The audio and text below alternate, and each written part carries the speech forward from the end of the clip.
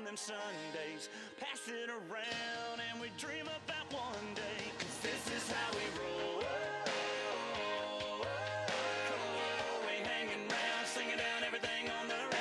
Get your hands up, get your hands up, get your hands up. We light it up with our hands up. This is how we roll, this is how we ride. We're slanging up the mud, cutting through the countryside. Baby, this is how we roll.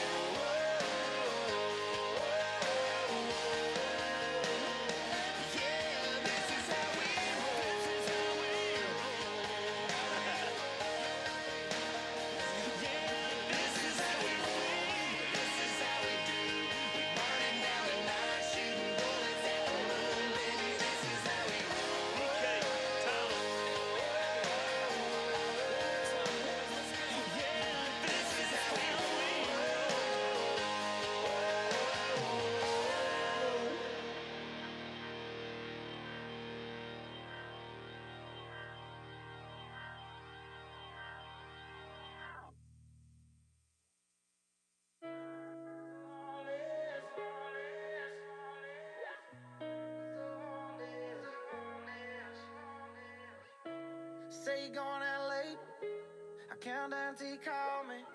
It's just one of those things that you do when you're lonely, and you're all about the chase, but you won't ever let me catch you. And I wish I was the same, but I know I'm gonna let you in again. And when I do, it's gonna hurt like hell, and you don't mean to. That's what I tell myself. But why you gotta be so heartless? I know you think it's harmless. You're tearing me apart, and girl, the hardest part is you're so high on attention, taking my some inches. Leave me in the darkness, never finish what we started. Girl, why you gotta be so heartless? Why you gotta be so heartless? Monday night was definitely not a night. Tuesday night was just another fight. Wednesday I thought everything would change. Thursday came and it was still the same. Friday night we went out on the town. Saturday we should've burned it down. Sunday morning came and now you're gone. I should probably know this shit by now. Oh, I should probably know this shit by now, but no, no. Why you gotta be so heartless? I know you think it's harmless. You're tearing me apart, and girl, the hardest part is you're so high on attention, taking my some inches. Leave me in the darkness, never finish what we started. Girl, why you gotta be so heartless? Why you gotta be so heartless? Girl, why you gotta be so in between loving me and leaving, leaving? Oh, I should probably know this shit by now, but no, no. Why you gotta be so heartless? I know you think it's harmless.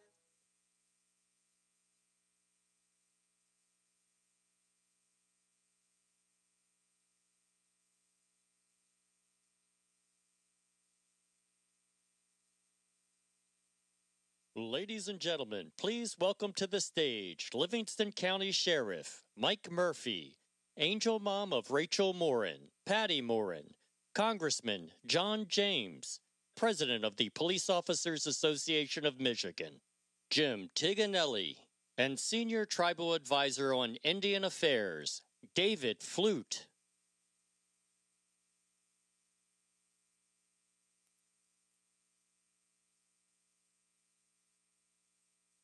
Ladies and gentlemen, please welcome to the stage United States Secretary of Homeland Security, Kristi Noem. Uncle Sam put your name at the top of his list, and the Statue of Liberty started shaking her fist, and an eagle will fly, and it's gonna be here when you hear Mother Freedom start ringing her bell, and it'll feel like the whole wide world is raining down on you. Brought to you courtesy of the red, white, and blue.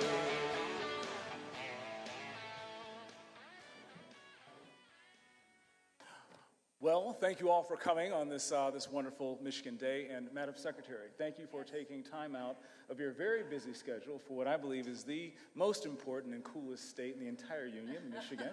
And yes, it's round of pretty applause. fantastic. But as great as Michigan is, we are at the forefront. We are the epicenter of the northern border crisis. We are a Great Lakes state, and we share a lot of great things in common with our Canadian neighbors. 40% of our state population either has ancestry or family in Canada. Canada and United States trade represents about $1.2 trillion in trade every single year, and approximately 70 billion of it goes right through Michigan. As far as jobs are concerned, we rely on each other for 8 million jobs, and 230,000 of those are in Michigan. But sadly, we need closer ties and more seriousness from our Canadian neighbors with regard to border security. Many of you may have seen a 60 Minutes episode interview a number of months ago where a cartel member was interviewed about human trafficking and drug trafficking and across our northern border. And he stated explicitly that he himself brings over 30 kilos of fentanyl per month by himself. Now, our largest land border in the entire world is our northern border. And if this man can bring in 30 kilos by himself, exactly what that means is a lethal dose of fentanyl is 5 to 7 grains of salt. That's 0.42 milligrams. Him bringing in 30 kilos is enough to kill up to 90,000 Americans. That's one person in 1 month. That's serious. That's a crisis. And the people up here that you see here today are a part of solving the crisis. And in one case, Ms. Morin's case, the consequences if we fail.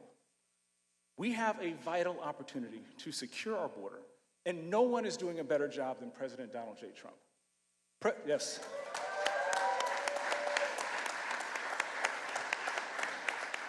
President Trump set out to secure our border, and just by including every means available, tariffs, to negotiate, resulted in getting Mexico to surge 10,000 troops up to our southern border at their own expense. And now border apprehensions on the southern border have plummeted. So President Trump kept his promise. He secured our southern border and got Mexico to pay for it. Now next, we need to secure our northern border. And we need a less than laissez-faire approach from our Canadian neighbors. We need them to take our border security as seriously as they want us to take their sovereignty. We need to use every tool at our disposal, and President Trump is using that.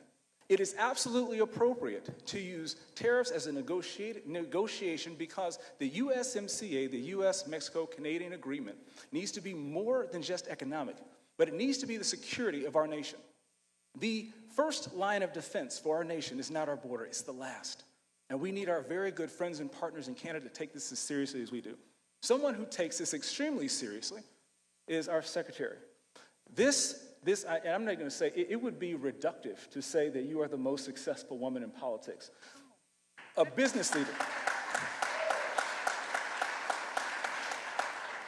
A business leader, a rancher, a former representative in Congress, and a governor. This woman leads through crises like no one else. Certainly we could have used somebody who champions the Second Amendment, someone who champions women's sports and girls' sports, but someone who won the Governor's Cup twice because of the economic impact that she made in South Dakota. This is a leader, and now she is the secretary leading our Homeland Security, and we are so pleased to have her here today. So, Madam Secretary, among your many accomplishments, I know that you are a mother, and if you can believe it, a grandmother.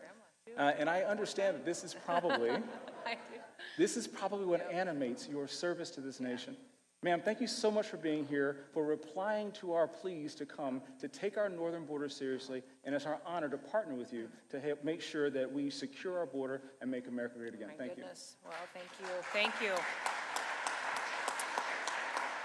Well, it's my honor and pleasure to be here, and thank you. I'm going to take you everywhere with me now to introduce me at everything I go to. But I've had a fantastic day up here in Michigan and spending time with a lot of the different components under the Department of Homeland Security that work to secure our northern border, but also to address a lot of the biggest challenges that we are dealing with right now. And we're dealing with it as a failure of the Biden administration and how tragically they destroyed the security of the families that live in this country. And we aren't just seeing it at the southern border, we're seeing it in every single state. And I said it 1,000 times if I said it once, that every state became a border state because of what they allowed to come into this country. And we have to, and families like this dear family have had to deal with the consequences of what they did. And thank God for President Trump. Thank God for President Trump that came in as a strong leader. So, and I would also say, you know, thank you to consistent voices and champions and people who put policy into place and never stopped the fight in Congress, like Congressman James.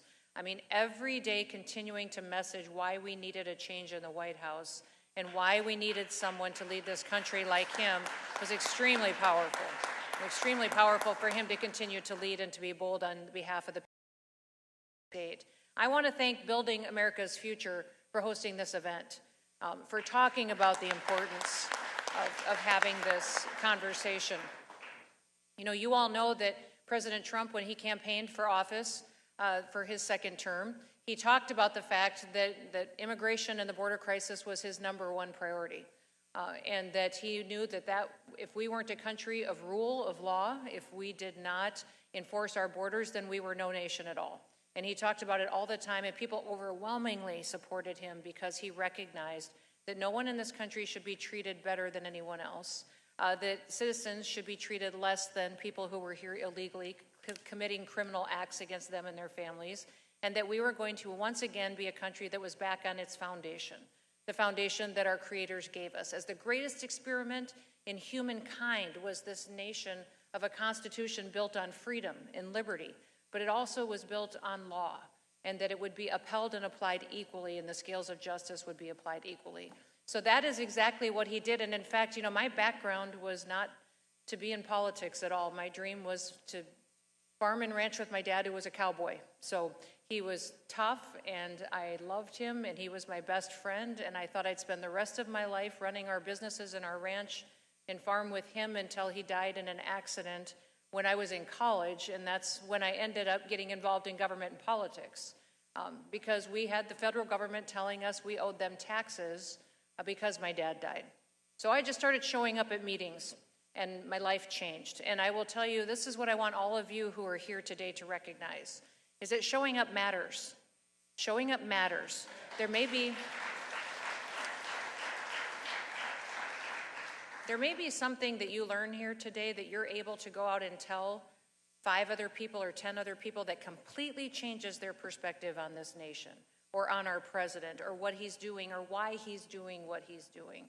And so I would ask that as we have this conversation, that you be thinking about not only what you can learn here today, but also what you can leave here today, going out and talking to people that are across this country that really need to understand why we're working so hard in this country to make sure that we have safety and security and a strong economy, and why we need the homeland to be the place where the American dream can still continue, it can still happen. So I'm excited about the folks that will be sharing with us today. A couple of things, when the president asked me, you know, after he won the election, Kristi, what would you like to do? I know that people have suggested you to be the Secretary of Agriculture or the Secretary of Interior. You know, what position would you most be interested in? And I said, sir, I would like to be your Secretary of Homeland Security. And he said, really? Why? You know, he said that's a really hard job, and it's a mess because this Mayorkas guy screwed it all up. And, you know, I said, sir, because it's your #1 priority. And I want to work on your #1 priority because I think you're going to have somebody who's actually tough enough to do it, but also can go out there and talk to the American people about why it's important, and someone who's a wife and a mother and a grandmother that recognizes that there are families out there that are suffering, that need this fixed, but also that as we go through making sure that we're cleaning up a lot of the criminals and the bad actors in our country and getting the drugs and the human trafficking gone, that can communicate that in a way that shows that we're preparing a better country for our kids and for our grandkids. And he entrusted me with it, and I get up every day hoping I'm doing it fast enough for him, been fast enough for families like the Morin family that just has so suffered. And here, as people have talked, and I've visited with people across the country, They've talked about the fact that they see so many resources going to the southern border, they get concerned that we're forgetting about the northern border. And I will assure you that that is not happening under this administration. That while we have ensured that the different responsibilities that I have under Homeland Security are deployed and that the border is secure, in fact, we have broken the record for the lowest illegal alien encounters at the southern border for 2 months in a row in the history of the nation. We've deployed more resources there. We've got Border Patrol there, ICE there. We've also got lots of federal partners, ATF, DEA, the FBI. They're all helping us with that. The military, National Guard folks as well. The Coast Guard, we repositioned the fleet. Most people don't know that the Department of Homeland Security has a responsibility for the Coast Guard. And so we have repositioned the fleet as well, but we did all of that without pulling any resources from the northern border. In fact, we've strengthened our security here as well, recognizing that we're only as safe as our most vulnerable section of our border. And our border isn't just on land, that it also is in our maritime borders. And that we need to be ensuring that as we seal and secure areas where criminals may want to cross, they will find new areas to where they will traffic and where they will bring in the drugs that are killing our children. In fact, under the last 3 years of the Biden administration, we saw over 1,000% increase in illegal encounters at the northern border under those last 3 years of the Biden administration, just because of the open borders policy that they embraced. In fact, we saw so many Chinese nationals crossing up here. We've seen so many people from other countries that weren't necessarily the typical Central Americans that you hear about, talked about on the news so often. And we saw now, since we have secured the southern border, the TDA, the MS-13, the cartels bringing their drugs and coming across this northern border as well.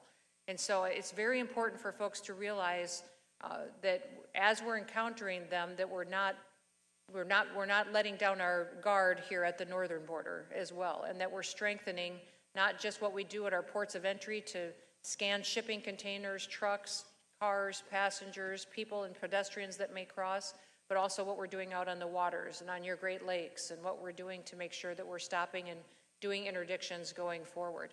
The one thing I will tell you is that the former Prime Minister of Canada, Justin Trudeau, was a train wreck. He was a train wreck, and he was hard to work for. I worked with him previously and in trying to build relationships with Canada so that we knew who was crossing our border, asking them to take back their citizens that were illegal here in this country. He was very hard to work with. He talked to President Trump about setting up a fentanyl czar so we could deal with the drug issue, but wasn't willing to share criminal background information on individuals with us, wasn't willing to allow us access to some of their data systems that would tell us really who was trafficking a lot of the drugs, the cocaine, the fentanyl that was killing our children. And we are really hopeful that this new leader, Prime Minister Carney, will be a different individual who will work closely with the Trump administration to give us the security and the information and the partnerships that we need. We need that every country has a responsibility to take back their citizens. Every country has a responsibility to take back the people that are their citizens that are in our country illegally. But they also should want to work with us on vetting who is coming into our countries and who is crossing our borders. When we do trade and when we do data information sharing, we become closer in relationships, and that's what we're hoping we get to see. You saw President Trump be pretty strong on Canada lately. I was thankful that he did that. I was thankful he did that because it really brought them to the table in making sure that they weren't just out there talking about this great relationship and not really participating with us. Now we have the opportunity for a better partnership going forward. The one thing I do want to talk about today that I hope we get the chance to, and then I'm going to pass it on to the congressmen so our other panelists can talk, is this big, beautiful bill the president keeps talking about. It is incredibly important. I will tell you that we have a 500% increase in violence against our law enforcement officers in this country right now. We knew that it was going to be tough to get cartels and terrorists out of our country, and President Trump has already removed thousands of them. But as we do this operation, they're not going to go without a fight. And I will tell you, I've got many on my staff that get death threats every single day. I will tell you the ICE officers that are out there, the CBP officers, as they work with sheriffs, other folks in other states, highway patrol officers, they're receiving more death threats and aggression. You've seen on the news some of the riots and violence. A lot of this is professionalized, funded by socialists, by communists, by dangerous criminals to create this kind of disturbance in our cities to try to scare us off from really bringing public safety. And we will not. We will stand strong. But I will tell you,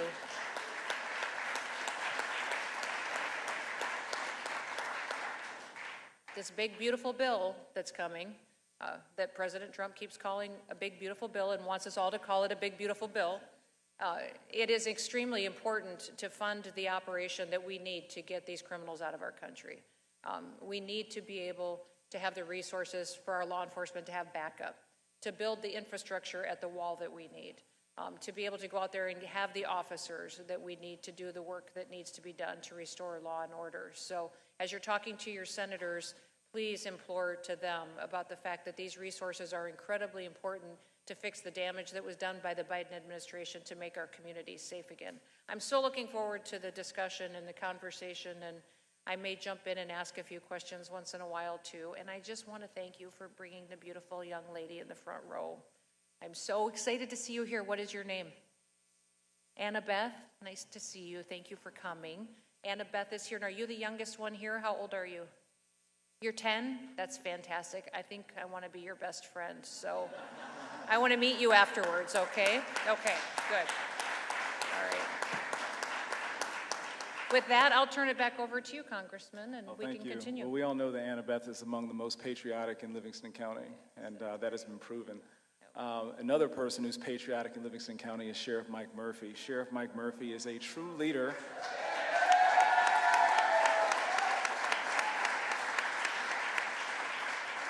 Sheriff Mike Murphy is a true leader because he cares about the community around him, and he has a passion for service. Longtime law enforcement officer, 3 decades of service in Livingston County, and he's looking to expand that service, running for Michigan Senate 22nd District.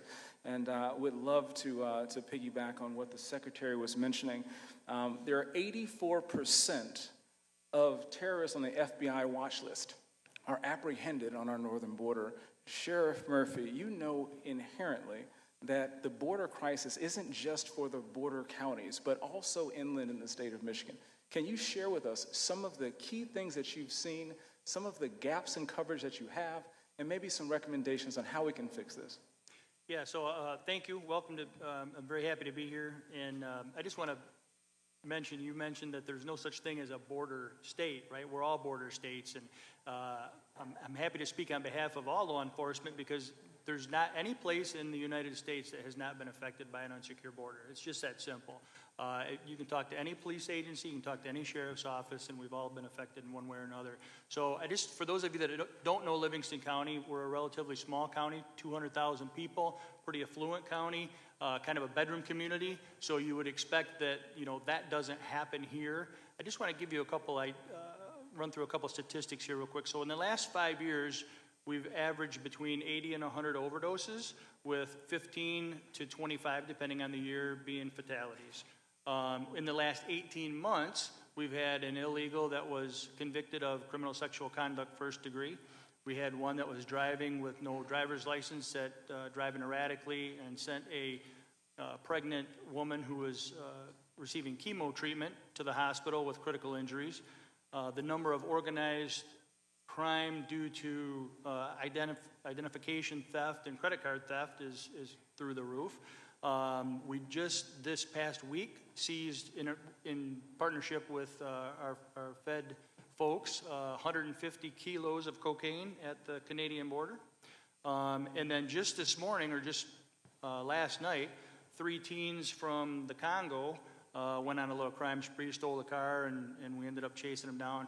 15 years old, 2 of them were already on a tether. So I say that to say this: nobody's immune. Again, and it's as a direct result of the borders being unsecure. So, to your point, the bad guys are kind of like water, right? They find the path of least resistance. And we heard for a number of years from our sheriffs on the southern border crying for help because it was open. And frankly, we thought we were a little bit immune to that, so us sheriffs up here, shame on us, we didn't pay that much attention, and then all of a sudden, here we are. So the amount of stuff that's coming in, illegals and other stuff, from the northern border is just going to continue until we tighten things up there a little bit. So I know we got a busy schedule. I'll yield the floor. So, I do know I spent a little time today looking at your ports of entry and talking with some of the folks there just about the fact that they're seeing so many more TDA members, MS-13 members crossing now here at the northern ports of entry and coming across the northern border because the southern border is closed. They're stopping them because they're there and they still have the resources to. But the amount of drugs and the illegals and the criminals that are trying to come into this country still that you guys are able to stop is remarkable. And that's the fact, is that we're not just fighting the fact that you're dealing every day on your streets with the crimes that they're committing, but also then we're fighting liberal judges who are trying to tie our hands from being able to actually get them out of this country or prosecute them and make sure that they face consequences for their crimes. So what you've done has been absolutely amazing and fantastic in protecting your community. And thank you for being an example that we can point to of what a sheriff can do with the strong will to make sure that he's always putting his people first. It's been amazing.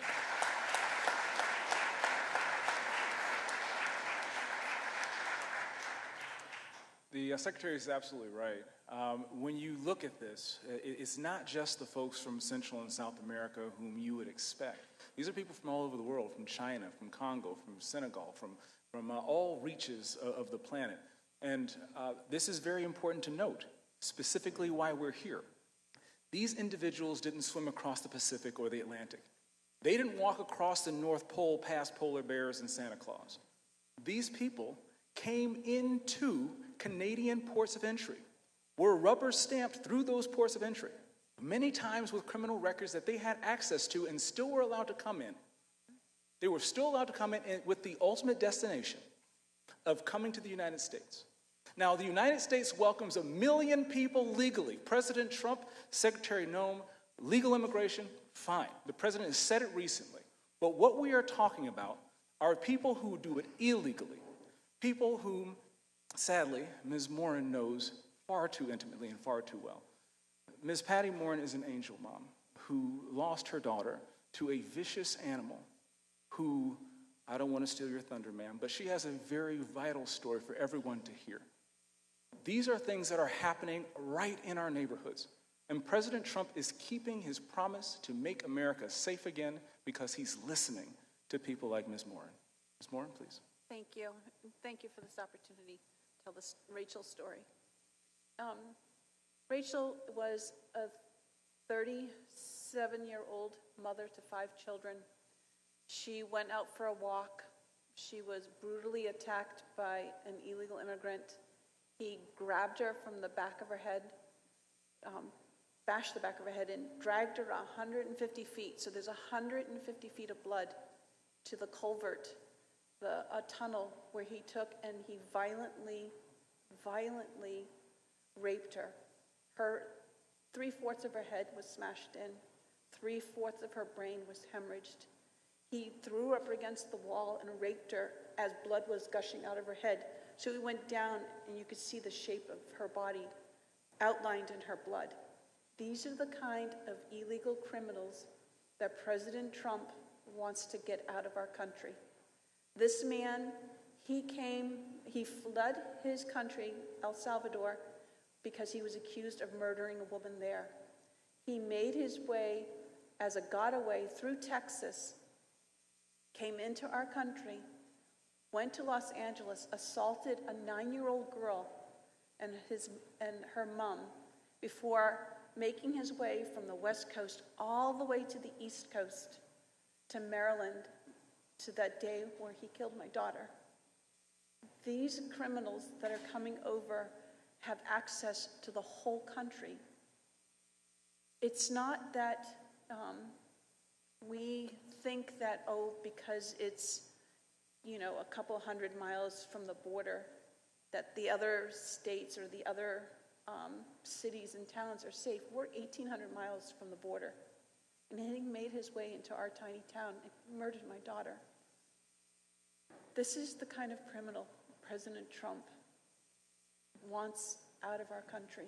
And I am so grateful. I've met with President Trump several times, and I can honestly say that he's heard the cry of a mother and that he genuinely cares. And the reason why I tell you the violence, and I'm trying to put a picture in your mind, is because these are not just the rapes or the murders that you see on TV, and you become so desensitized to the crime. These are violent animals that attack women and children. And not all the illegal immigrants that have come over are criminal like this, but there is a good majority that is, and they need to be removed from our country. And so I am so grateful to President Trump and for the things that he has done to close the southern border. But what a lot of people don't realize is that I lived in northern New England for over 25 years. And so I'm familiar with the northern border, that part of the country. And I was there just a month ago, and I am surprised and amazed at the amount of immigrants that have come in that are from the Congo, from Sudan, from the Middle East. It is like unheard of compared to just a couple years ago. We have the world that has come into our country, and they have come here to weaken our country, and they have come here to cause chaos. They're not here for our benefit. And again, we're not against immigration if it's done legally, but having open borders and not vetting the people that are coming in, it's not rocket science to know that bad actors are going to come in also. And we need to protect our families. And so with that, I'm just wondering, because we need to protect and to close our northern borders, what can be done to safeguard our borders, all of them, but then also to make sure that they don't come back into our country? Because this Godaway tried 3 times to come into the country before he was a Godaway coming through. So, thank you. And that's the biggest concern, is that people, want to know what we can do to make sure this doesn't keep happening. And once we deport someone that is a criminal, that they don't come right back or come right back into our country, and then we're looking for them again. President Trump has been extremely aggressive since the very beginning in working with other countries and negotiating with them. And I think Marco Rubio has done a fantastic job as a Secretary of State. He's just done an amazing job. In order for us to deport someone, we not only have to go find them, and especially these criminals, go find them, then go through their due process hearings, and not even that, their paperwork, get in front of judges, get them prosecuted, then talk about travel papers and get that arranged with the other country, and then have them face consequences there as well, because we don't necessarily want to turn a violent criminal like that back over to their country and have them be turned loose. So that has been a key part of our negotiations with all of these other countries, is what will happen to them when they return there, and how will we keep track of them to know that they're staying there and not coming back to our country. Yeah. And then the security and the upgrades we need in technology at our border is incredible. Even in the first Trump administration, we had the opportunity to build about 800 miles of wall. We built the infrastructure, but we didn't get the chance to install the technology that really does complete the entire system. We need the technology that has the surveillance equipment, the sensors that tell us when someone is getting close, so we can deploy people and officers that would be there. That still needs to be completed. And I've talked with many of our elected officials that serve on the northern border. And one of the senators from New Hampshire said to me, she said, frankly, in New Hampshire, where our border is, she said there's flower pots is what we've got for security. We don't have, while we tighten up what we have in other areas of the country, they're going to be crossing through other states, into other states where there has been nothing before, but they're finding new ways to get into this country. So it's not just dealing with what we know were our vulnerable areas before, but the entire border and making sure that we're building those relationships with other countries to have their information and their data to ensure that they don't get back into this country. President Trump has removed over 280 known terrorists that were on our terrorist watch list, known terrorists. And those are people from the Middle East. They're people from China, from Iran, from all over the country, Central America. The reason I so appreciate Patty is I can't even imagine the kind of bravery it takes to tell the story of what happened to her daughter. I can't imagine what that's like. But I also can point back to times in my life where people told me a story and it changed me forever. So we can sit up here and quote all the statistics in the world, right? And tell you, well, we have 3,000 people in Michigan that die every single year from fentanyl. And you can talk about that, but then when you hear a story like that, it just changes your life forever. Because you can't even imagine what kind of an animal would do something like that. And the unfortunate thing with my job is I hear those stories every day. I hear them in fact, yesterday they handed me these sheets. Every day I get sheets of the bad people that we've arrested that day across the country. And so every day, this is just a few of them that I have. In fact, I didn't even remember to take them out. They're not even supposed to be up here with me. But this gentleman was from Guatemala, 32-year-old. He got aggravated assault on police officers in Colorado. He's been threatening their lives, and tried to murder one of them. This individual out of Guatemala has a conviction for felony rape of a victim under 17 years old. And this is who lawyers are right now fighting to keep him loose and to let him go free into our country. This individual attacked, robbed, and beat up and victimized a senior citizen over 65 years old, a disabled senior citizen, and went after him. This individual had 4 counts of rape of a child under 16 years old, 2 counts of statutory rape of a child that was released again by the Biden administration, 2 counts of indecent assault and battery on a child under 14 years old, 4 counts of exhibiting nude children and possession of child pornography. This individual's from Brazil, 12 different sexual offenses, and was still running loose on our streets, and in a state where that governor and that local leadership did not want to give us the opportunity to go out and get this individual off the streets. And we went and did it anyways without their help and without their backup, because it was important to keep people safe.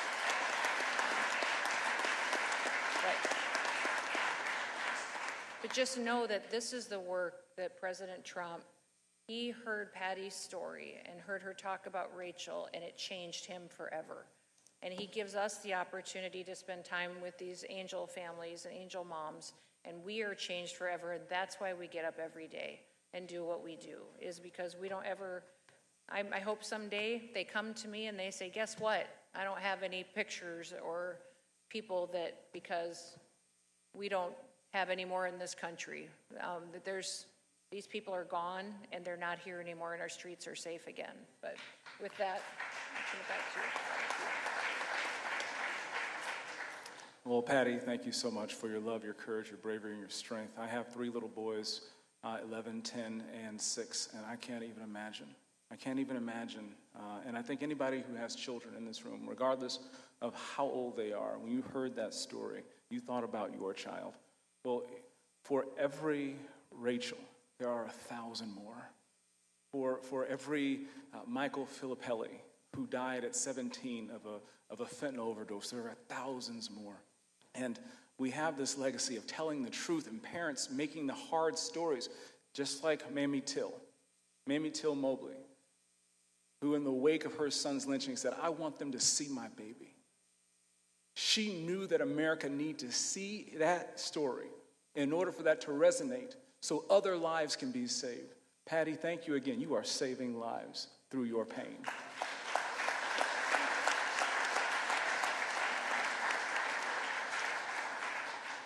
Mr. David Flute, also somebody who understands we need to do every single thing it takes. President Trump is doing everything it takes, and most notably, Secretary Noem nailed it.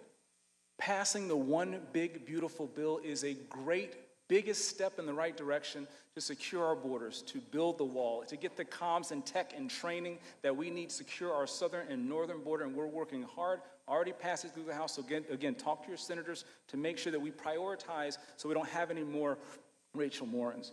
The Secretary also mentioned that we are correct in tying every single thing we can, economics to security, because as the Secretary mentioned, in order to make sure these people don't return, we need the buy-in of these people to keep those their own citizens when we send them back. And President Trump, using the leverage that we have to negotiate in good faith so that we have partners and not dependents, is absolutely correct. We need to close these loopholes. And among the most gaping loopholes are tribal lands that are being exploited by traffickers. And Senior Tribal Advisor on Indian Affairs at Department of Homeland Security, Mr. David Flute, is here because he understands what the gaps is, what the loopholes are, and he's dedicated to respectfully and decisively closing them. Mr. Flute, thank you for your time and for your service.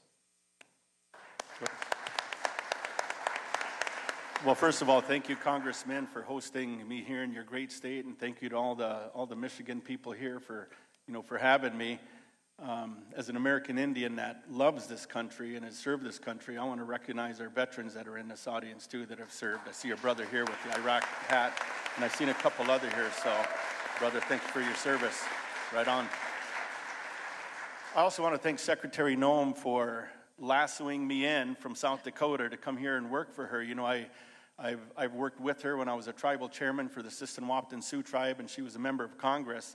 And if you ask the secretary, what did Chairman Flute come to you with? It was always public safety. So I know her heart has always been with public safety, and especially in Indian country. You know, there's probably 40 or 50 tribes that extend from the northwest to the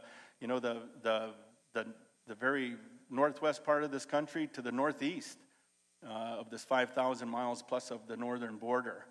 And one of the stories that, when I hear Patty's story, and I got to meet her, I'm a strong believer in God, I'm very spiritual, and she had a connection to our Sioux people at home that I'm going to visit with her after this, and just fascinating to meet her and to hear her story. But them stories also happen in Indian country, what the Secretary had pointed out. These people that she is going after, there's been murders of young Indian people in Indian country. I hear the story of President Stiffarm from the Fort Belknap Indian Reservation in Montana. The cartel, as much as I don't like to say it, their sophistication and their understanding of the lack of law enforcement in Indian country, they attack our tribal officials. He testified before Congress that cartel threatened him and other tribal leaders. If they came before Congress, they would kill them. And so when a tribal chairman is living in Indian country with the vast lands of Montana, North Dakota, South Dakota, other states along this border, or that are close to this border, and they're getting threats like this from cartel because they know, again, I don't like to say this, but they come in and they bully our tribal leaders. And as the Secretary said, we could talk about the problems all day, and if I could, Madam Secretary, there's one thing that I've really picked up from her, working for her when she was our governor, what her dad had shared with her. It's kind of along the same things my dad had shared with me. We don't just talk about the problems, Kristi. We go out and we fix them. And it's something my father had shared with me. If you see something that needs to be done, go do it. And so I'm ready here. I don't care who's listening. I'm ready here to try to kick some ass and make some things happen here with the Department of Homeland Security. So, but, the authority with jurisdiction mostly lies with the tribes. They are a quasi-sovereign nation, meaning they're a nation within a nation, but they have the ability and the authority to make laws to enforce upon their people. They have the ability to enter into partnerships with our state and local law enforcement. And that's where tribal leadership really needs to stand up. They need to not just wave the paper in the air and say they're a treaty tribe or that they're sovereign. They need to exercise that sovereignty and enter into partnerships and agreements. So I'm very encouraged to hear of the great work the sheriff and the gentleman here to my right that are working on those things, and I really hope to build on that. It's something the Secretary has certainly hammered home, not just in our state, but across this country, and that's something I'm trying to do for her and for the President as well, too. And if you want to make a difference, then make a difference, and that's what I'm here to do. That's what I'm here to try to do, and again, just putting it in every day.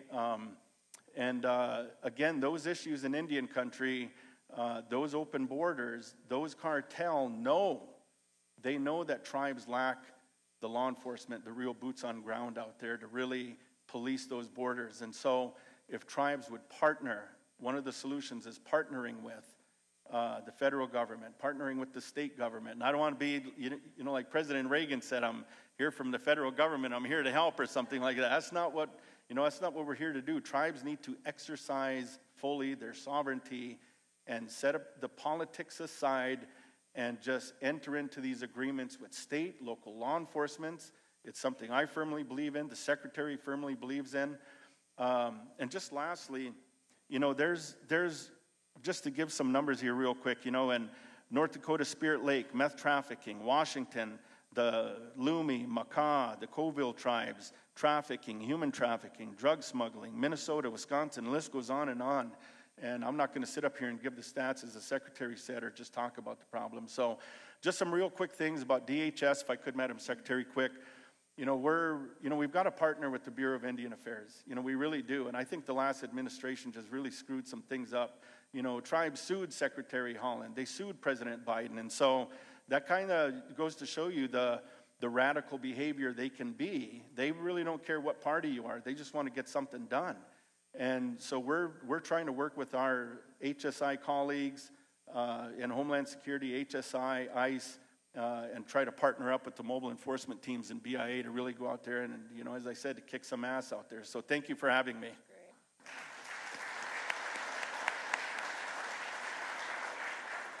Let me tell you a little bit about Dave that he didn't share with you. I was so impressed with him when I got elected. In South Dakota, we only have one congressman because we're a big state, but not that many people.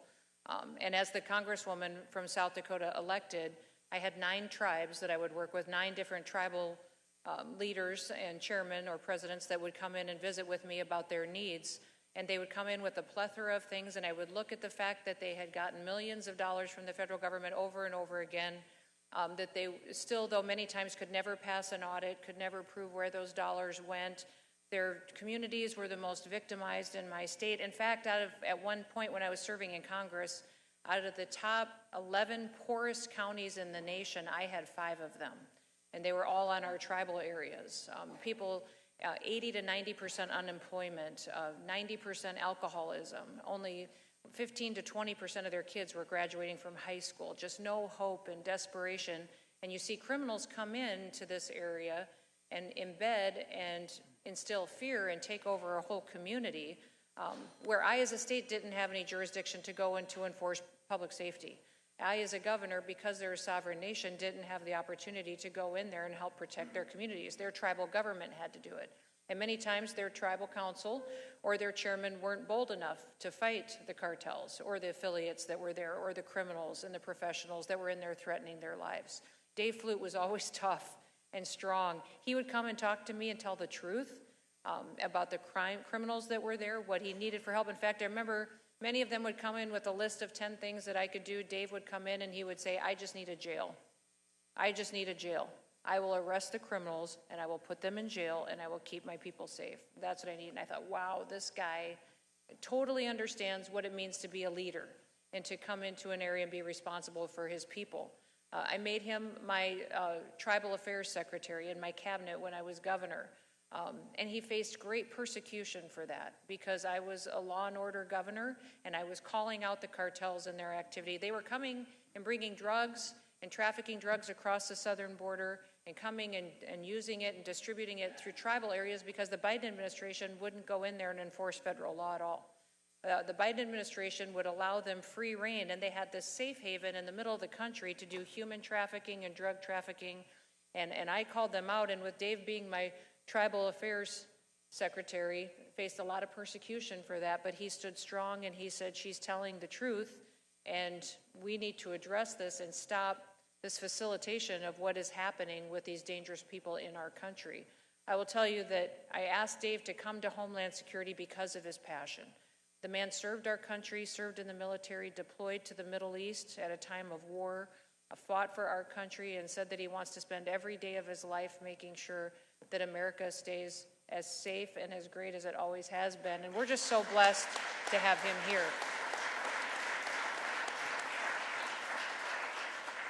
Homeland Security doesn't often have someone who understands Indian country and how they need security, and they deserve security too. Their children deserve hope in their homeland and on their tribal lands. And Dave is the one who's going to help us build that partnership with other agencies and with tribes to ensure that they have every opportunity that every other person in this country does as well. Thank you, Secretary. Well, thank you.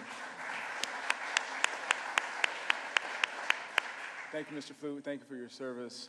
We have both been to war, and we didn't go to fight for this country to come back here and allow terrorists through our borders. Right. And I appreciate your partnership here. Someone else who understands the need to fight for safety and security and put their own life on the line is my friend, President of Police Officers Association of Michigan, Jim Tignelli.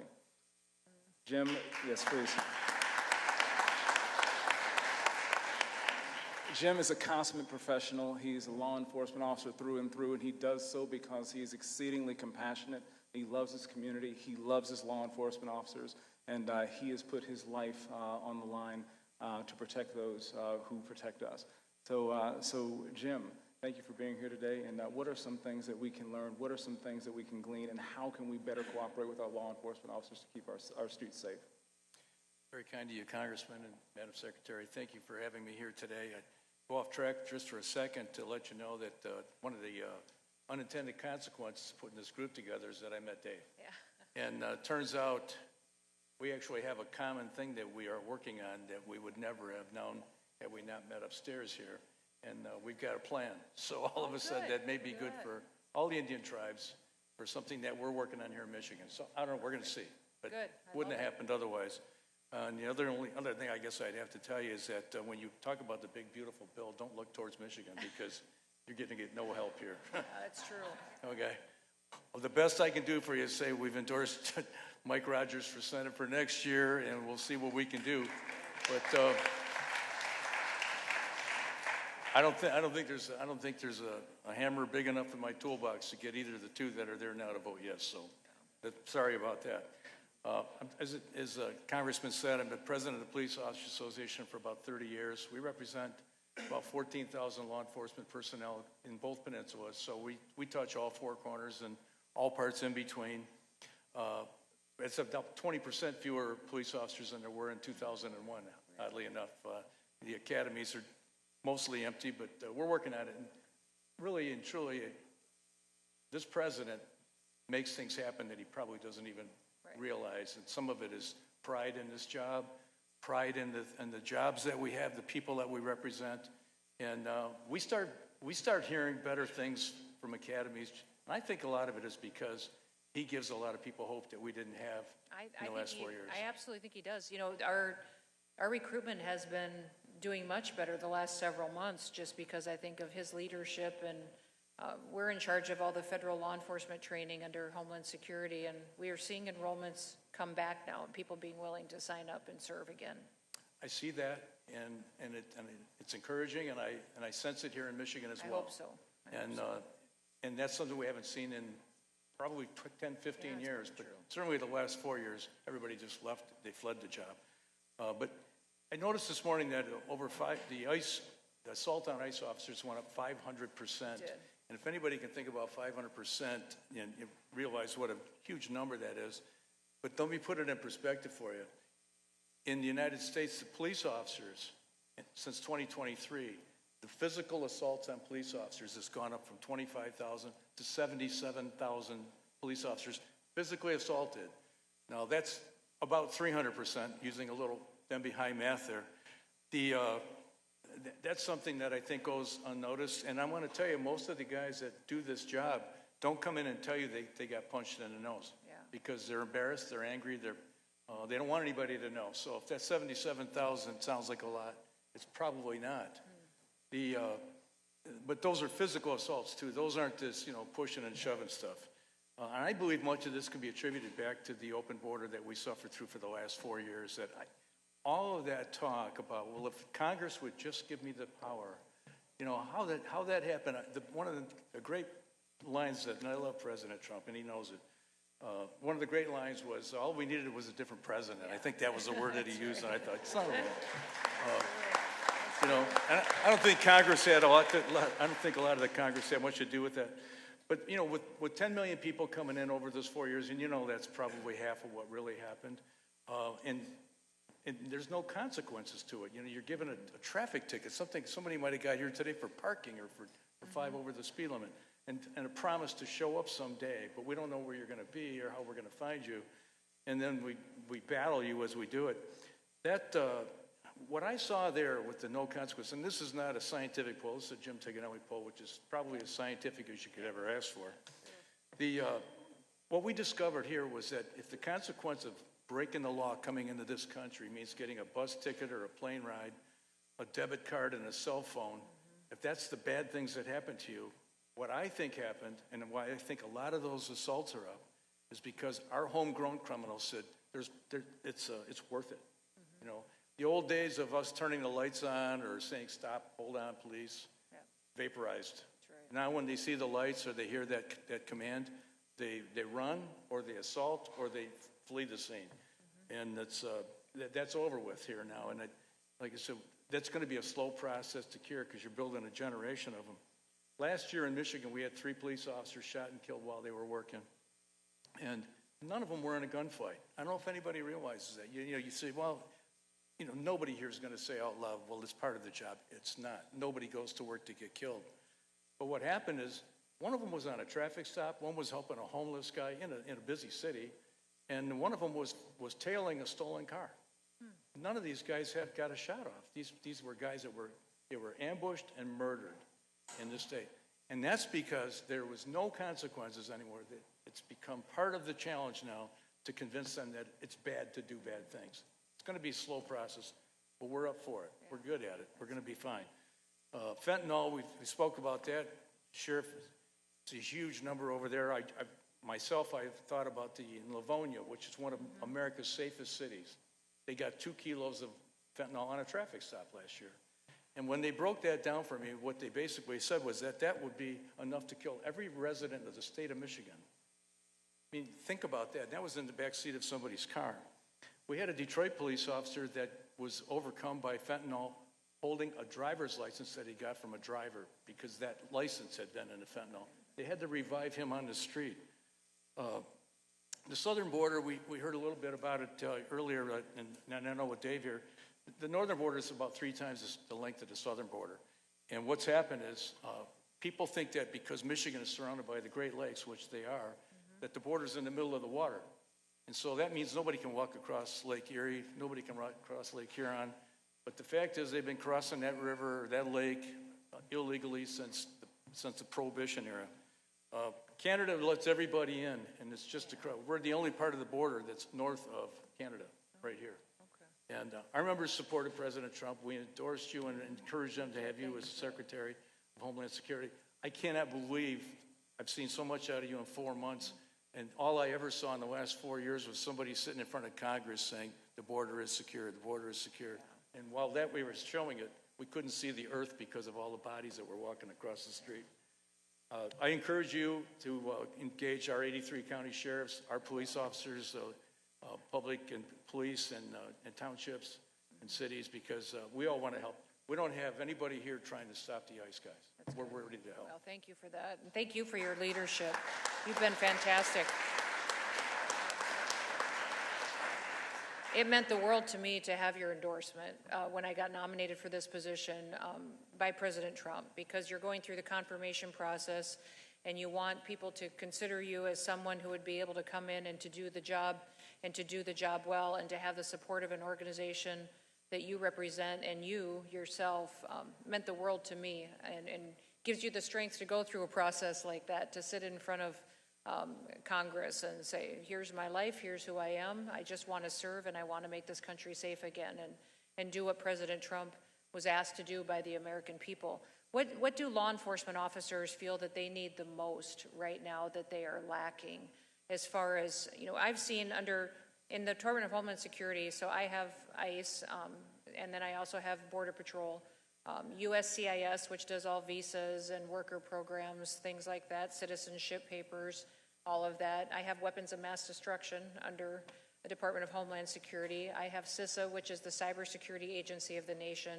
So anything that is said or done or sold on the internet, I'm responsible for. All of our ports of entry and the borders across it. We have FEMA as well. So all disasters go through the Department of Homeland Security, but most people don't know that DHS also and FEMA have the responsibility for the continuation of government. That should something terrible happen to this country, it is FEMA who runs this country. If we have the unprecedented situation happen. TSA is under my jurisdiction, so we have implemented some security concerns that people had talked about Real ID, which was many states are giving out driver's licenses to anybody that shows up. I don't know if your state is one of them, didn't have to prove citizenship in this country in order to get a driver's license, and in Michigan, did you just need a driver's license to go vote? I'm guessing that's one of the things that Real ID was a law that was passed over 20 years ago that we finally implemented because it just says that you have to prove your legal status if you're going to get on an airplane, if you're going to be on public transportation. And so making sure that we're also fixing a lot in TSA that will be good, that I think people will be helpful for, that we'll be making more announcements on. And then Secret Service and FLETC are both under the Department of Homeland Security. So training our law enforcement officers and then partnering with other departments that train tribal are important. But for me, every day, I've seen ICE recruitment go up, Border Patrol recruitment has gone up, Secret Service recruitment has gone up over 200%. Record enrollment in Coast Guard, which I'm responsible for as well. What I'm seeing is that when you let people do their jobs for what they were called to do, and you support them and give them the training and the equipment that they need to do their jobs, that they feel fulfilled, that they're doing what they need. But every day, President Trump calls and talks to me and says, "What do you need, Kristi? What do you need?" This is clearly his priority. And I don't ever want to go to him and say, "I don't know," or that I don't know exactly what it is. What you hear from your law enforcement officers, what is the thing that they need the most that we could give them at this point? And some of these law enforcement officers are serving in sanctuary cities and jurisdictions where politicians don't have their backs. And I think that's discouraging, but you let me know. I think that just to take that to the extreme, we just need support from the top. That's the main thing. And when you have somebody like the mayor in LA that's at the top, Right. That's a little tough to go to work. But recruiting and retaining police officers is the big difficult thing right now because we recruit teenagers. We can't hire teenagers, but you have to convince a young person that this is the job they want before they're old enough to recruit them. That's right. It's a cultural thing. It's not the normal thing. And since we have no retirement health care, I said my next mission in Congress is to get TRICARE, the military health care for our guys when they retire, because they retire at 55 years of age and they have no health care. They have to go get a job. Really? So you want 65-year-old police guys driving around, or you want health care? Yeah. But that's the biggest thing. When I hear President Trump say that, and I hear it from you all the time, and I've always had it with Congressman James, who I consider to be a dear friend, that means a lot. That means a lot to the guys that's in the suit. We have such a respect for him, and that just bleeds off. When we hear that to us, it's like, hey, we did the right thing. And then when we say that to the young people around us, that's the next recruit. I think you'll never convince somebody to sign up for a profession. I've said this about the military. You can't recruit people and kids to sign up for the military unless you show them that you respect the veterans that already served, unless you show that you respect that. And we need to do that with law enforcement officers. Could I ask the Congressman just a real quick question? Because we had a conversation a couple years ago where I said, the old Uncle Joe that used to talk to you about being a policeman now says you're crazy. And I said to him, what about the military? He says, I feel the same way about the military. I always wanted somebody to do that. But right now, at that time, has that changed? No, typically people are acquainted with law enforcement. They're acquainted with fighting for their country in the military because they hear of their stories from mentors, their fathers, their uncles, and the same in law enforcement. It used to be a trade that people aspired to because you saw your Uncle Joey come back and you saw your dad come back, and it was respected. And so even though the riots from a few years ago when the cops were being assaulted, even though the Democrats are distancing themselves from defund the police the best they can, disrespect of the police is having tangible negative effect on our law enforcement officers. But President Trump's leadership is changing the tide. And one of the big steps we can take is through this one big, beautiful bill. We are actually putting an additional $60 billion to Customs and Border Patrol, and $2.5 billion of that is going back to local law enforcement. So we can train, so we can get the equipment, and so we can show the respect that our law enforcement officers so badly deserve. Well, and the one thing that's true. One thing I've asked my team to do is to tell police officers stories. Because if you don't have a police officer in your family, or if you're, in high school trying to figure out what you want to do when you grow up, and you hear the story of someone why they decided to become a law enforcement officer, why they decided that they served so many years, the commitment that they had might inspire them to look at something that they didn't before. So we're going to start a media campaign telling the stories, letting them tell their stories to inspire our youth, to look back at the profession, respect it, and inspire them to join and to be a part of keeping the country safe. I think it's incredibly, we did that with veterans, and we've seen this veterans nationwide that recorded their stories for historical reasons, but also so we would remember and recruit individuals to the military. We need to do that with law enforcement as well. Good idea. Well, thank you, Madam Secretary. Let's please give our panelists a round of applause.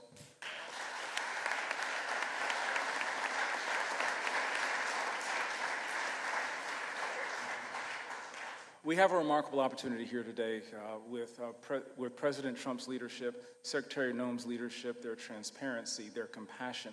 They understand there's nothing compassionate about open borders. There's nothing compassionate about human and drug traffickers killing Americans. And there's certainly nothing compassionate with a laissez-faire approach from our very dear and close friends in Canada. President Trump is using every lever at his disposal to keep you safe. And we are up here to say that he is absolutely on the right direction, tying USMCA negotiations, our trade negotiations, with our security. Illicit trade distorts markets, undermines fair competition, erodes public revenues, diminishes the benefits of legitimate traders that we're meant to enjoy under free trade, and hurts our economy as well as our national security. I appreciate the leadership role that you're taking here, and it's an honor. You mentioned something that's very near and dear to my heart, and I saw my friend Tudor over here smiling when you mentioned real IDs and shady elections. Don't get us started on 2020. Yeah. But you have my word that Michigan will not be a sanctuary state if I have anything to say about it. We will continue to partner with President Trump to secure our border and to make our nation safe. So, Madam Secretary, in the time that we have remaining, the floor is yours. Sometimes I get tired of talking. I want to see if anybody out there has a question. Anybody? I know I'm not supposed to take questions from the crowd, but I'm going to do it anyways because I always break the rules. Yes, sir, stand up quick and ask your question.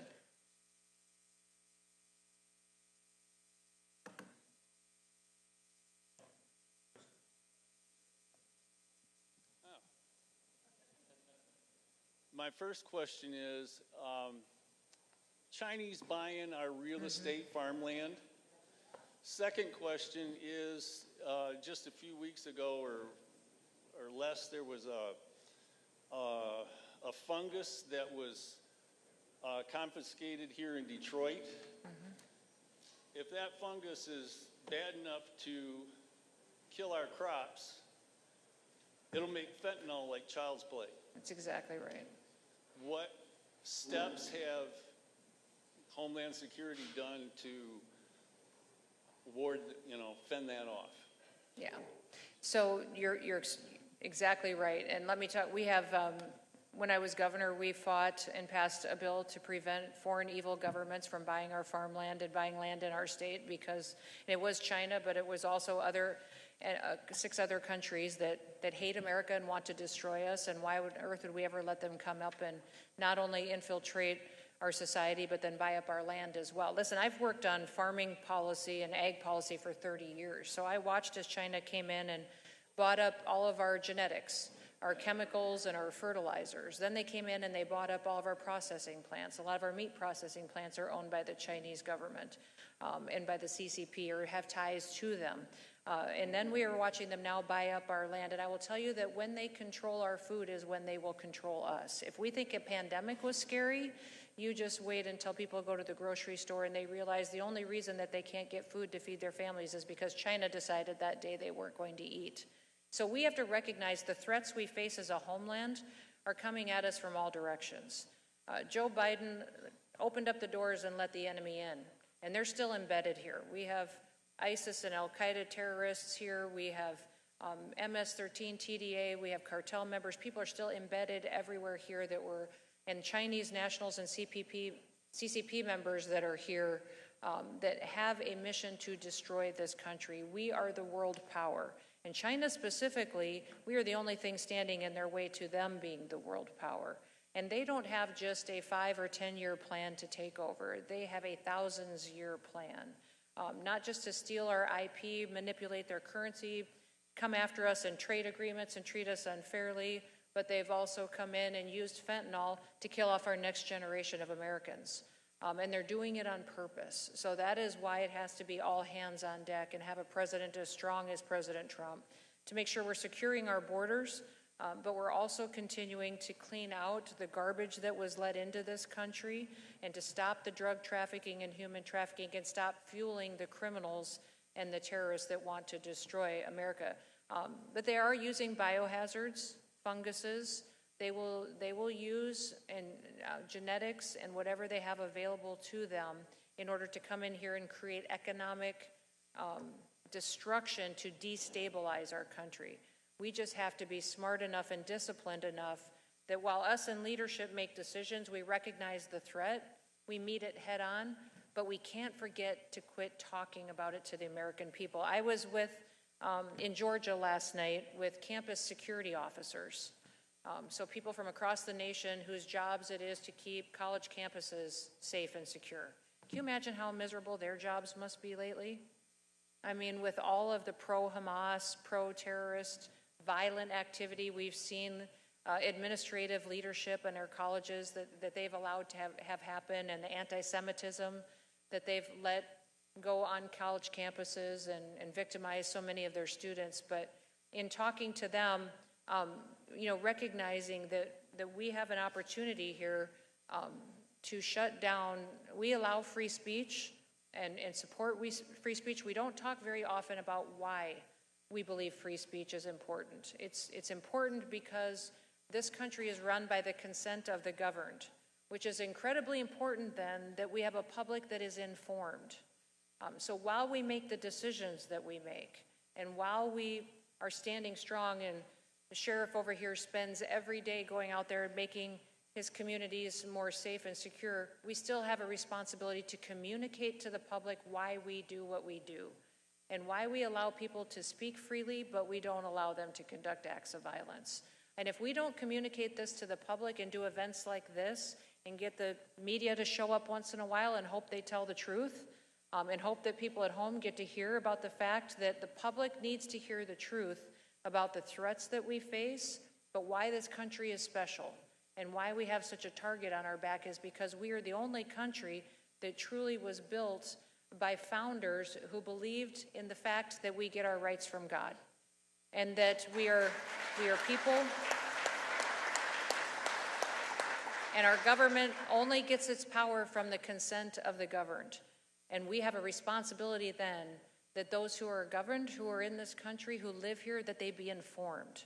So when you leave here today, I hope that there's something here today that you're able to take and to go share with people. That President Trump, since he's been in office, the alien encounters at the northern border have gone down 71%. Huge numbers. We've got more resources here than we ever had before, and more is coming. And that we need Congress's support. We also are stopping ridiculous government funding that went to DEI stuff and sanctuary cities that don't help keep our country safe, and we're using everything we can to return money back to taxpayers, but making sure that we're doing what the federal government should be doing, and that is making sure that our country is safe. And then returning every other power that should be back to the states, and then elect good state leaders get good state leaders that actually respect the people. So, one more question. Yes. Mm-hmm. Yes.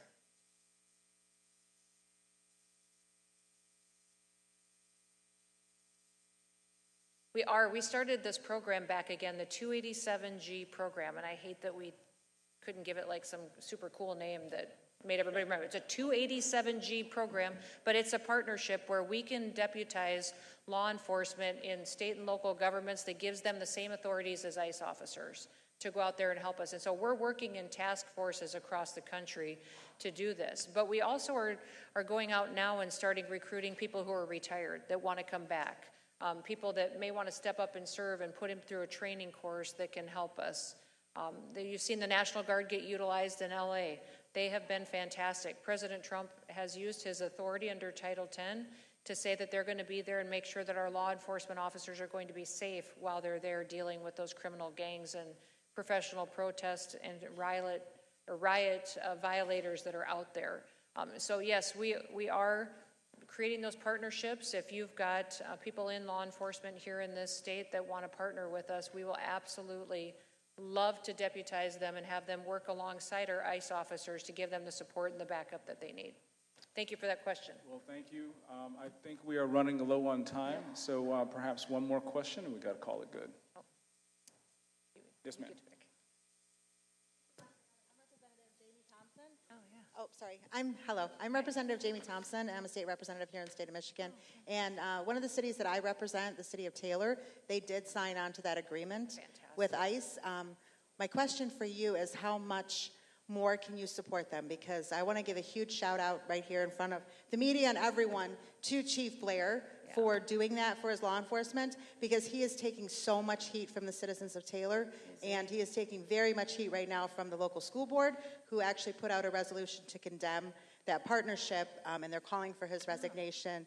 And he's taking it really hard right now. He reached out to me as his state representative, asking me what I could do to help support him, because he believes in supporting the federal government and supporting our freedoms, and he's being greatly attacked for it right now. So, okay, so I'm going to have one of my staff come and get your phone number so that we can talk directly to him to see what he needs. Because so many times in some areas we've seen sheriffs sign into these agreements that it maybe was politically beneficial for them and they didn't actually really commit resources to it. So maybe one of the things we could do is help him specifically target the violent criminals in his county and help him telegraph that to the public about why he signed that agreement, and it's to get the murderers and the rapists and the drugs off his streets, and that's his job and the oath that he took as sheriff.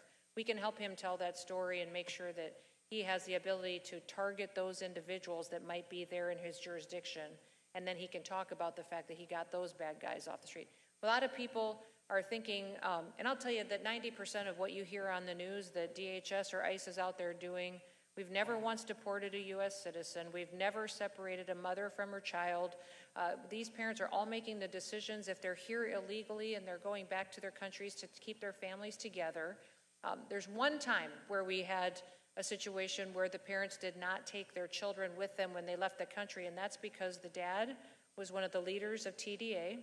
He was the head of their human trafficking ring, and their mother was running the prostitution ring. The sexual slavery. So both of them were TDA leadership, trafficking of human individuals, and they did not leave with their children. Their children went to safer parents who actually have some values and understand what it's like to raise children in a situation like that. But I will tell you that the things that you hear on the news and what you hear from the fake news, ICE has been following the law, doing due process, getting the paperwork done, doing it correctly, going after the criminals and the worst of the worst, exactly like President Trump has told us. But we'll connect with you and get his information so we can make sure he knows who the worst of the worst is in his jurisdiction, and he can make sure the public knows how he's making their community safer. You bet. Thank you. Thank you.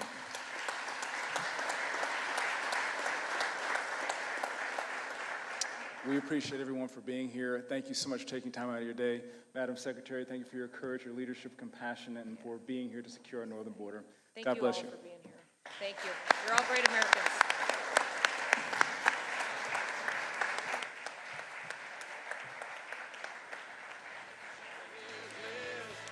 Statue of Liberty started shaking